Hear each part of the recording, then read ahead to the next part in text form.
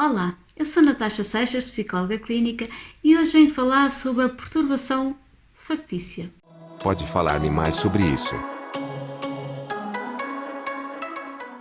Já ouviu falar desta perturbação factícia? Pois é, o que é e quais os sintomas e o tratamento? Está curioso? Então fique e saiba mais.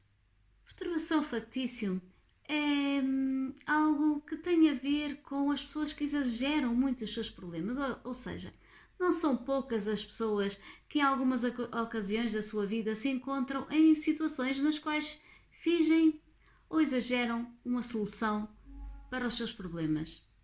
No entanto, existe um estado mental e controverso para esta perturbação factícia, que é caracterizado principalmente por fingir uma condição ou uma doença física ou mental.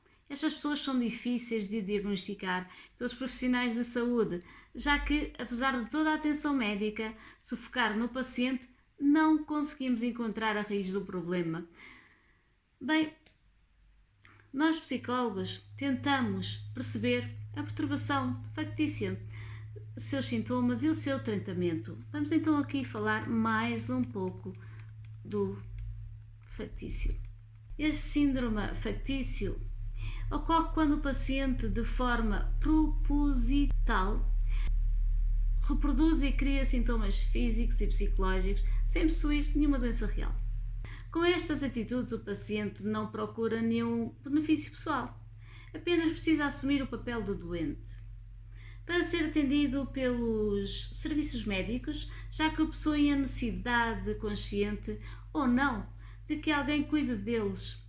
Querem sentir um cuidador a tratar deles próprios, ou os atenda constantemente.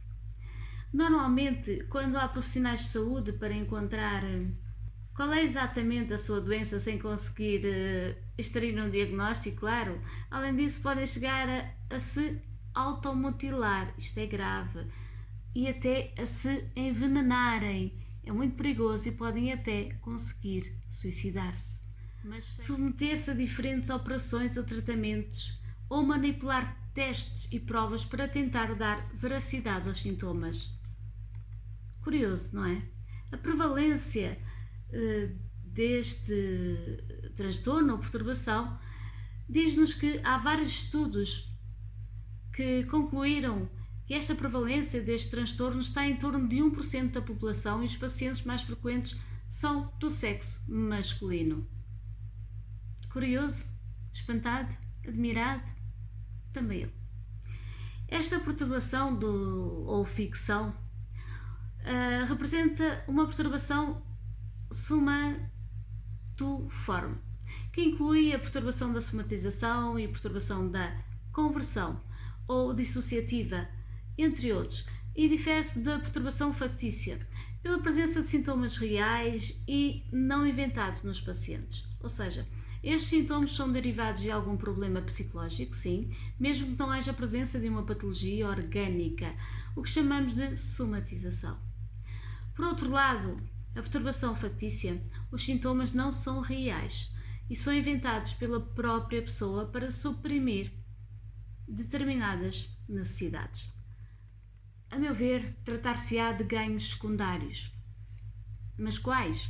Isto diz respeito a cada tipo de personalidade. Segundo o Manual de Perturbações Mentais, existem duas patologias da perturbação factícia, o aplicado a si mesmo e o aplicado ao outro. Dentro da perturbação factícia aplicado aos outros, podemos encontrar o síndrome de Munchausen. Atualmente é considerada como uma forma de maltrato infantil, no qual o cuidador da criança inventa doenças e sintomas ou provoca sintomas reais para que pareça que o menor está doente. Os sintomas da perturbação factícia, segundo o DSM-5, são falsificação dos sinais ou sintomas físicos ou psicológicos, ou indução da lesão da doença em si próprio ou no outro, associada a uma mentira identificada. O indivíduo apresenta em si mesmo ou no outro indivíduo, que é a vítima deste, como doente, incapacitado ou machucado diante dos outros, magoado. O comportamento é duvidoso e, evidentemente, mesmo com uma ausência de uma recompensa externa óbvia. Claro, só podia ser um ganho secundário. O comportamento não é melhor explicado por outra perturbação mental, como uma perturbação delirante ou outra perturbação psicótica. A diferença entre a perturbação factícia e a simulação. A principal diferença entre este transtorno factícia e os atos de simulação é a interação das ações. Uma pessoa que interpreta, inventa e finge determinados sintomas para obter um benefício pessoal, como por exemplo libertar-se de algum acontecimento ou obrigação, está a executar um ato de simulação, enquanto que já a perturbação factícia é uma psicopatologia, é uma doença, na qual o paciente também inventa sintomas e doenças, mas a sua intenção está associada com o facto de ele possuir uma necessidade psicológica de ser cuidado e assumir o papel de doente ao paciente. Qual é o tratamento para este transtorno factício? Geralmente é difícil tratar pelos profissionais de saúde e hoje em dia ainda não existe nenhum tratamento adequado e que se torne eficaz para esta doença. No entanto, o tratamento psicológico mais útil nestes casos é uma terapia cognitiva comportamental. Foi observado através desta terapia que é possível ajudar a mudar o comportamento, o pensamento, a gerir o stress e a ansiedade que está enraizado nesta perturbação, pelo simples motivo que causou este transtorno. O tratamento psicológico também vai se concentrar e tentar fazer com que o paciente reduza a frequência com que utiliza os seus serviços médicos e evitar o mau uso destes.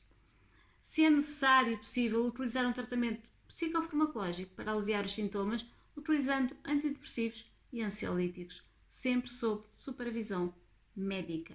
Se gostou deste vídeo, subscreva o canal, deixe o seu like, deixe o seu comentário. Conhecia esta perturbação factícia? Já ouviu falar dela? Conhece alguém que seja assim? Comente. Eu também tenho curiosidade. Muito obrigada. Até ao próximo vídeo.